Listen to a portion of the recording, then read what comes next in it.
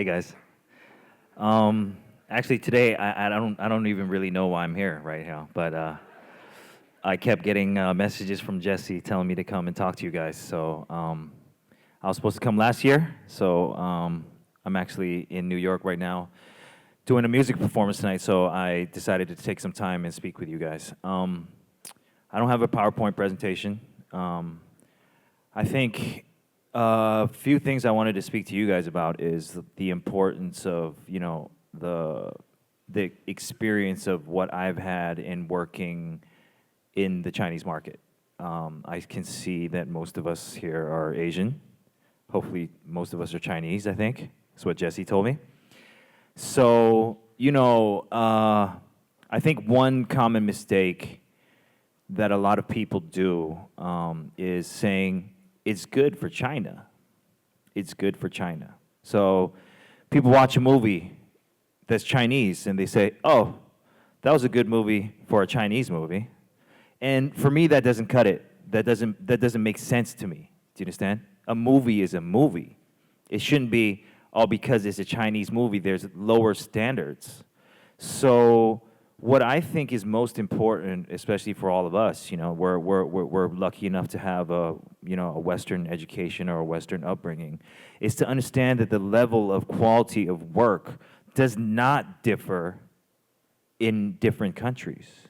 Whenever I do something, I don't think about, oh, I'm doing this for China, so what is good for China? I believe everything that I do, even if it's a Chinese song, I try to think of it as, if my friends in America or a person that worked at a radio station, they listened to my song, what would they think of this song? Now, I'm not saying that the Chinese market is unimportant. It's just that we cannot say to ourselves that, okay, so I want to work in China and these are the guidelines or the status of what is good. Because the problem is with that is that a lot of us maybe already thinking, everyone's like, China's the next market. China's the next superpower. China's this and China's that. Okay, there's a lot of money to be made there. Okay, sure. But you cannot lose the integrity of what you do and what you represent for money. And at the same time, if China is going to become the next superpower or the next place to make business happen, then we cannot be working at a barometer of saying this is good for China. Everything has to be good on an international level. And only then will we be able to be standing proud and say this is Chinese made. The reason why I'm saying this is because when I started Clot in, I don't even remember, man, 15 years ago, I remember something very, very, very, very alarming to me is I said, we're made in China. And everyone's like, oh my God, that's horrible. I said, what do you mean? Why is made in China bad?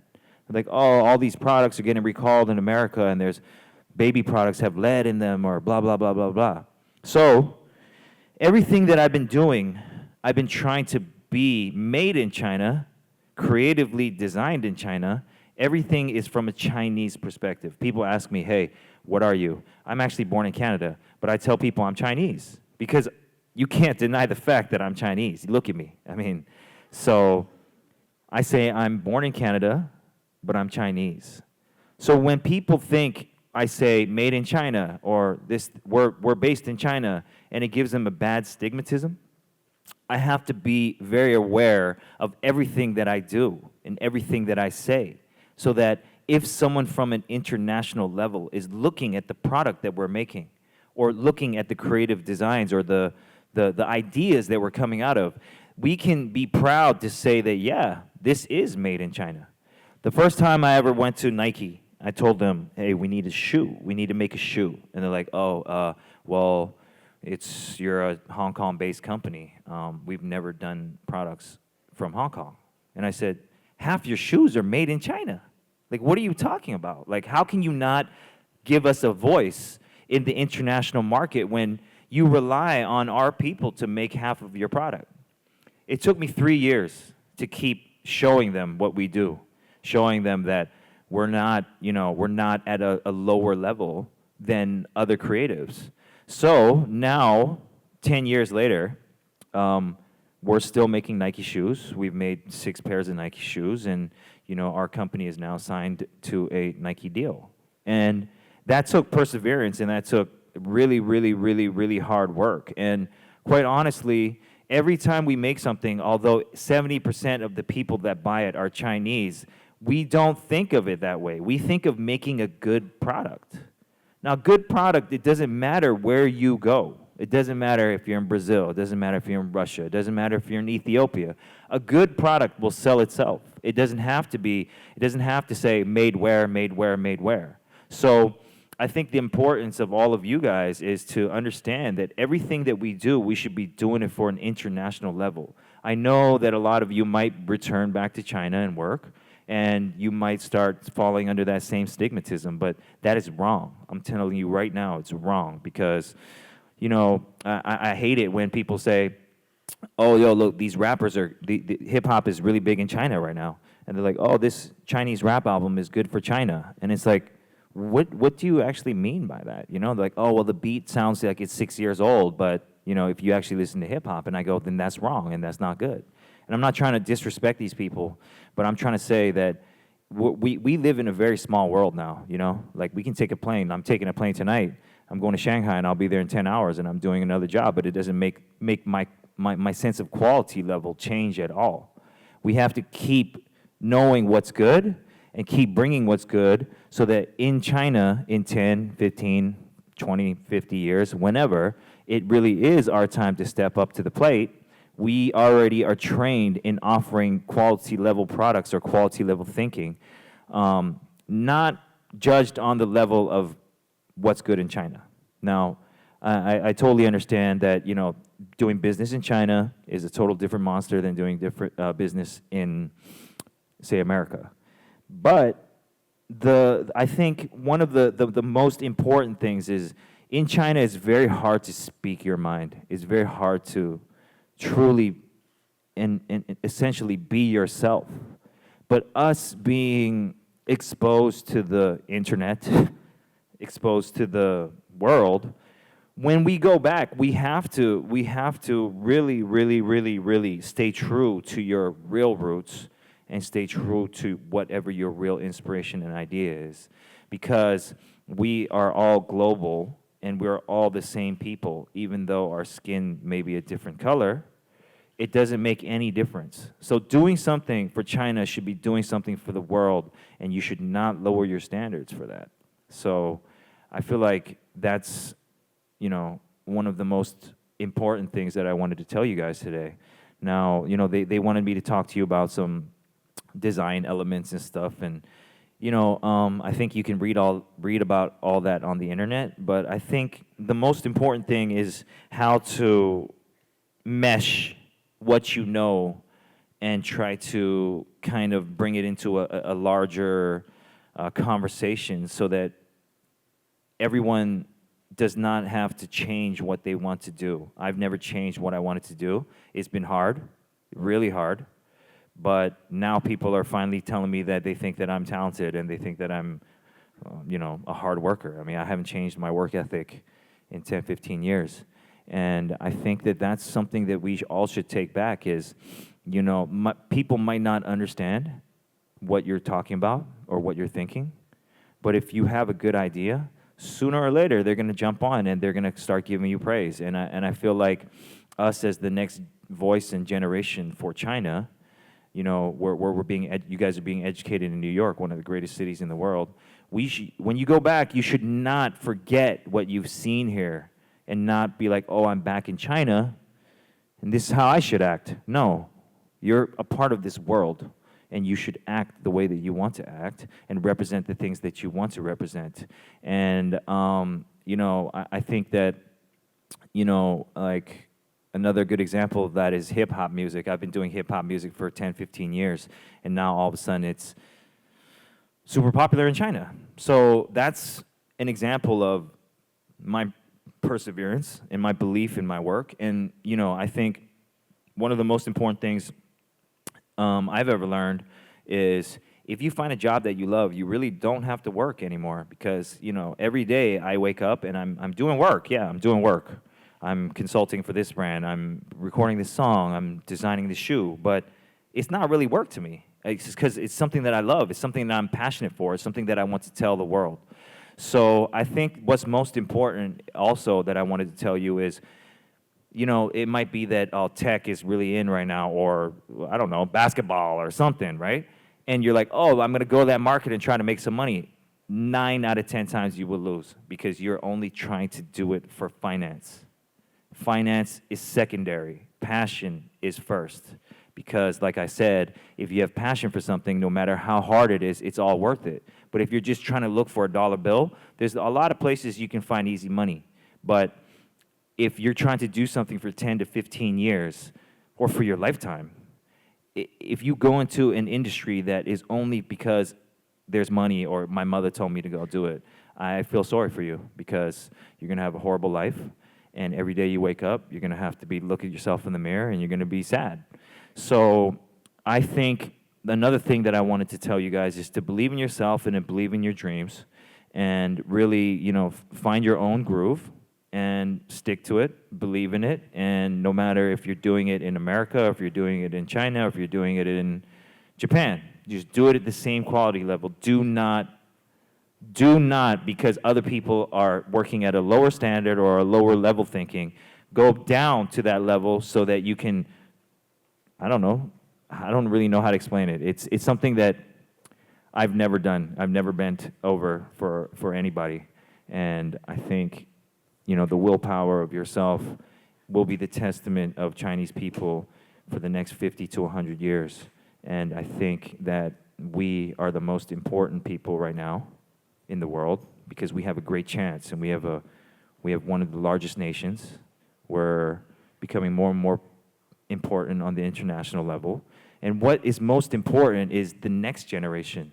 Because right now, I can pinpoint so many things that when I go to China, what I think are wrong. A lot of people say, hey, Edison, you can't change this. And I said, yeah, but I'm gonna try. And even if I don't succeed, if I've, like, say, I've inspired this guy right there, you know, and he's the next guy, then I've done my job. Because it doesn't have to happen in my lifetime, and it doesn't have to happen on myself. As long as I really believe in something, I hope that in the future it will change. So I believe that us as a people, we have a very, very large responsibility to pinpoint what we think is wrong and to pinpoint exactly how we're going to make those changes. Now, like I said, it might not happen in your lifetime, but we are the force to make that wave start going, you know? So I believe one day we really will be maybe the most influential, most powerful country in the world.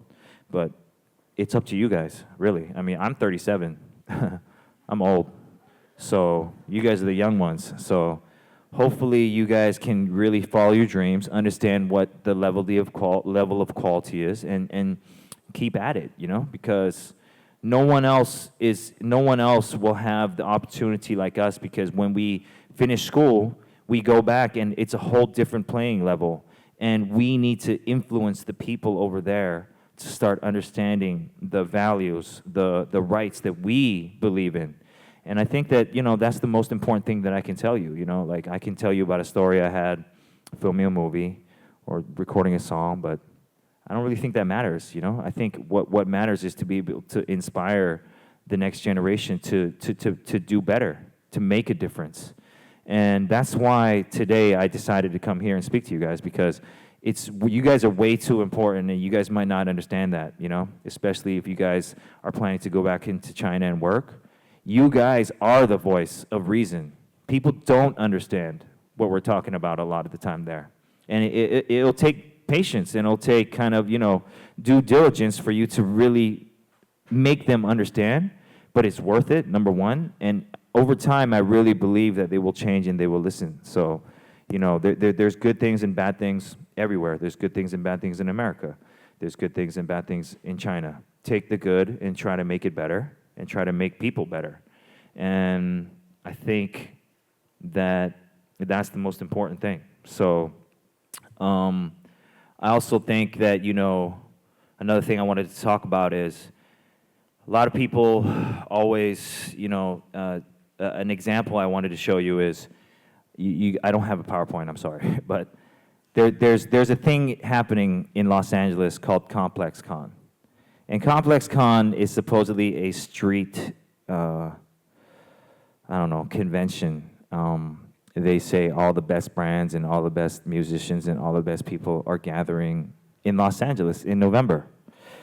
I'm not doing promotion, I promise you I'm not. But next week in Shanghai, I'm doing something called Intersect.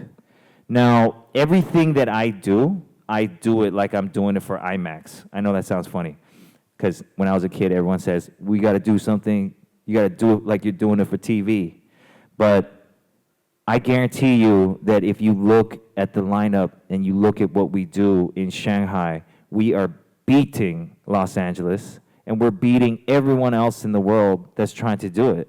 And that's because of the perseverance of what I believe in and not bending over for the dollar bill and actually trying to present something that's really great and true and inspiring.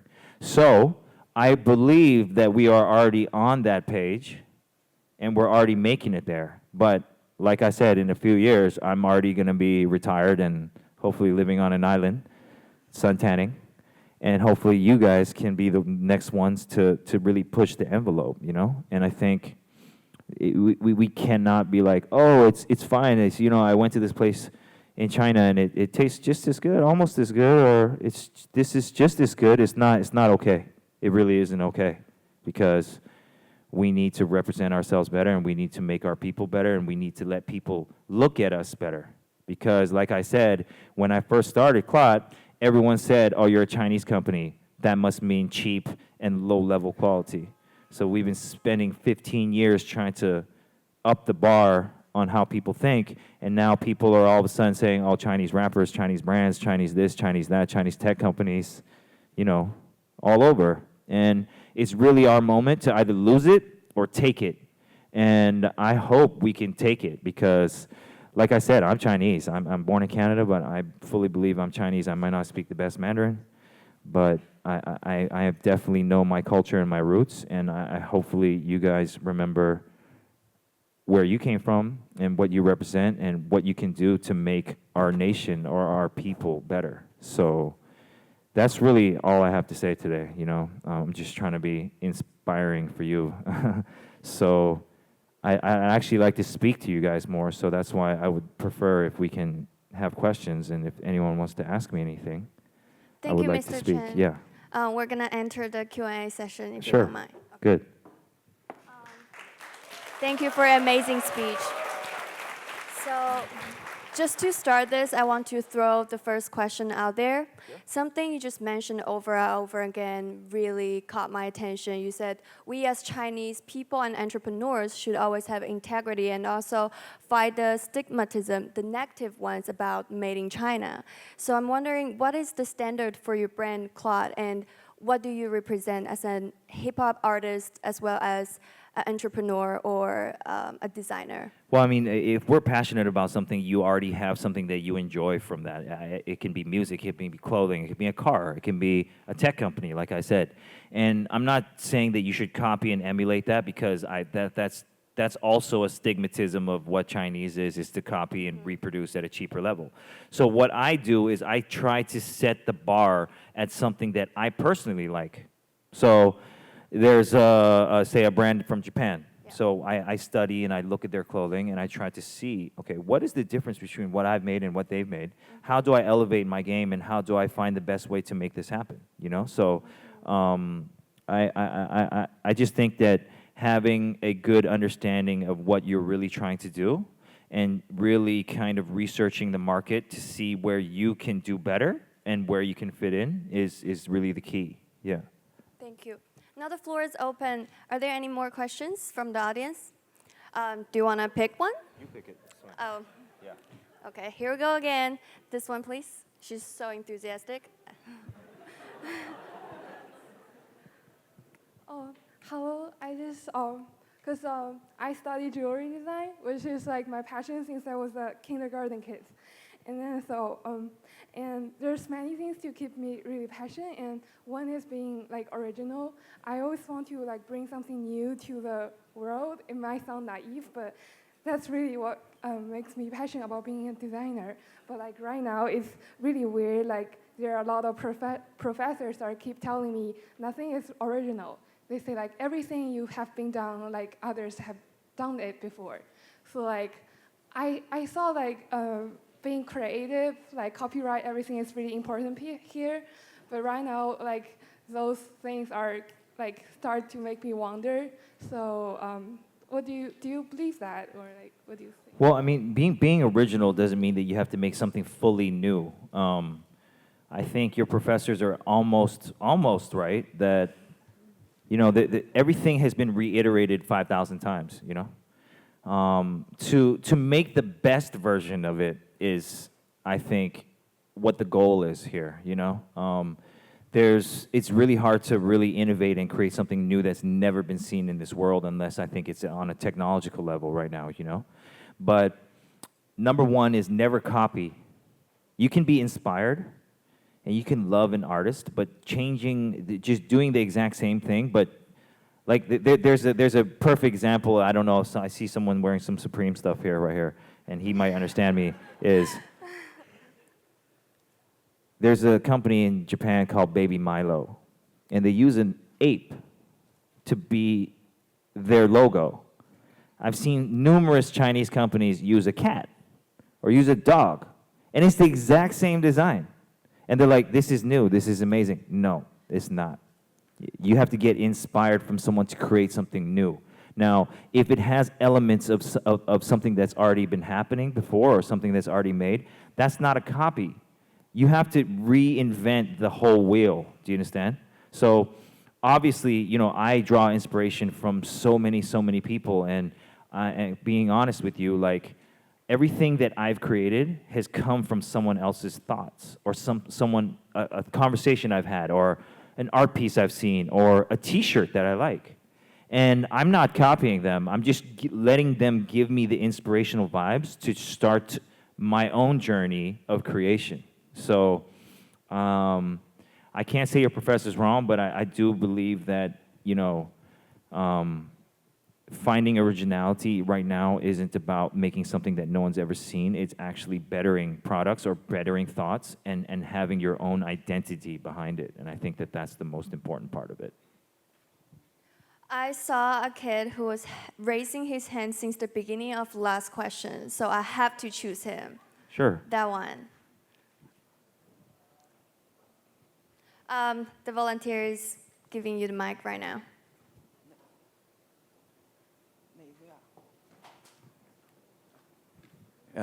Hey man, part of me grew up with your song, so I find it funny if anyone ever doubted your work. So salute here, like, personally. And I'm probably older than you, so I don't know why you call me a kid.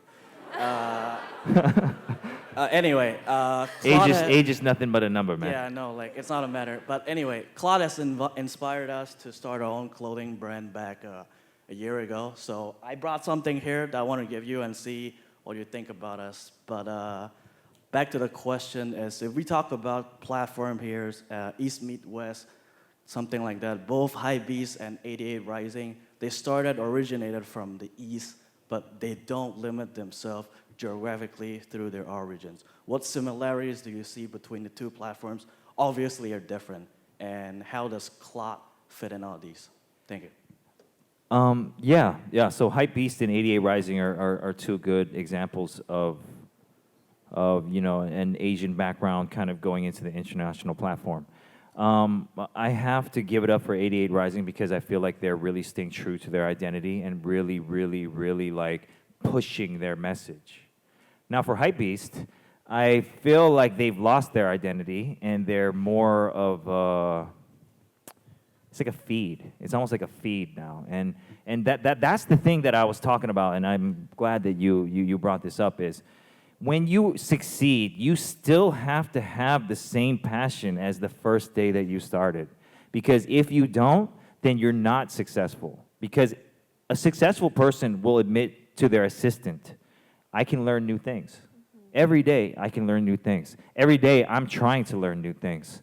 And I think some people that taste success early, they start forgetting that. And I think that, you know, being humble, number one, is very important. And number two is not thinking that you're the best or you're the shit, because there's no such thing as that. There's always someone that could be better than you, even if they're younger than you and they haven't come out yet. They might best you in 2 years. And in 2 years, if that happens, your company is number 2. And then someone bests him and you're number 3, and then soon you become obsolete. So I think that, you know, being humble and really telling yourself that I can learn more every day, even if I have a great degree from NYU. When I come back to China, I can still learn. From my friend, I can learn. From everywhere, any corner of the world, you can learn something new, and I think that that's the most important thing. But back to your question is, yeah, you know, I think that, like I just said, 88 Rising, they're still young and they're still new, but I really respect what they're doing for our people in general. And, you know, like Hypebeast, I mean, if you're trying to find out what day the sneaker is dropping, maybe you can go and check it out. But if you're really trying to find like a real substantial story, you should probably go elsewhere and look, you know. Thank you. We still have time for more questions.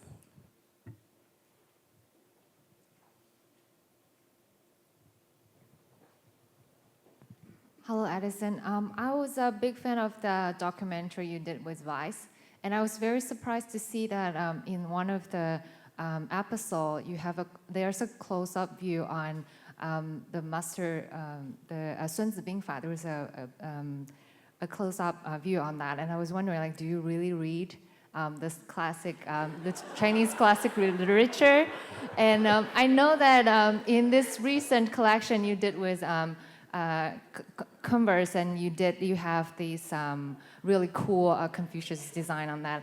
I'm wondering, like, usually how did you draw this inspiration from the Chinese classic like literatures? And also, you said you want band for dollars for your business. And this year, you actually have Claude actually have like a new round of finance from Hupu, and I'm wondering, like, what's your expansion plan in mainland China? And if you got a chance to pick one of the celebrities in China to work with to do a collaboration products, who would you pick? Yeah. That's Okay. 3 questions. Yeah, out there, so if you remember. to answer your first question, that's funny that you say that, because I actually, you know, I remember 10 years ago, I tell people, hey, I just read a book, and they're like, you read books? Oh my, you do? I'm like, yeah, I actually Good for you. do. I actually do read books. But yeah, I've actually, there's been a period of time when I was a kid and I used to read, like, you know, stories like, you know, Catcher in the Rye, etc. I used to enjoy how stories would bring me on an emotional journey and show me a side of life that I wouldn't know. Then I went through a period where I read a lot of self-help books, just trying to improve myself. You know, like I said, I try to learn something new every day. And recently, I've been delving back into more Asian culture, especially ancient Asian culture, to try to see and better understand where my roots are from. So yes, I was reading those books, for real. For Converse and stuff, you know, one thing that I think is truly important to me is to not forget my roots and culture. So every once in a while, when we have, say, when we're doing a Nike shoe, the first Nike shoe I did was very heavily Chinese inspired. So why I do that is to bring our culture and bring our people to an international platform, and to try to bring the best of what I believe is part of us, and really showcase it to the whole world. So not every t-shirt you're gonna see is gonna have like a Tai Chi guy on it or some Chinese characters, but we try to sprinkle it in and out of our design just to stay real to exactly who we are. And we chose Hupu as an investor because, you know, like I was telling you guys, the Chinese market is a very different place than what I'm used to in Western culture. So when we were trying to expand at a certain speed, we understood that we needed someone that kind of could assist us in the local market. Now, we could have chose a lot of different companies, but we chose Hupu because of the same level of interest in sports, and we kind of studied how they were taking sports and trying to blend in their own kind of identity alongside the international reporting of these sports stories. So that's why me and Kevin decided to work with Hupu. Our expansion plans in China are we're just going to be opening more and more and more and more and more stores. So, and at the same time, we're opening Los Angeles in February, and we're planning to open New York at the end of next year. And we're just trying to keep our stamp on international culture and keep trying to represent the Chinese youth at a high level. Thank you so much. That's all the time we have today for Edison Chen. I know Really? you guys have more questions. That's all the time you have for me? I guess so. No, well, last thing I want to say is this, Okay. This might sound crazy. You guys might think, oh, Edison Chen, millions of dollars, et cetera, et cetera. There's a lot of these, I own 8 brands right now. A lot of these brands I started with $5,000 to $20,000, and they've become multi-million-dollar businesses. Now, you know, I think there's a myth of, oh, I need a huge amount of money to start this business or to do this and do that. That's a lie. It takes a lot of creativity and innovation and good ideas to make something that can start from nothing, literally nothing. I had a company named V-Loan.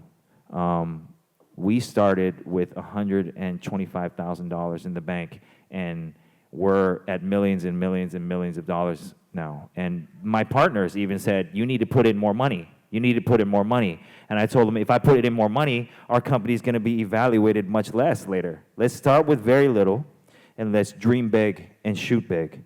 And I think that that's something that can be said of on almost all different business platforms, especially you back there. Really, like, just make good products, believe in yourself, and hopefully the rest will follow. So thank you guys for having me. Thank you. Thank you. We really appreciate your amazing speech today. Thank you.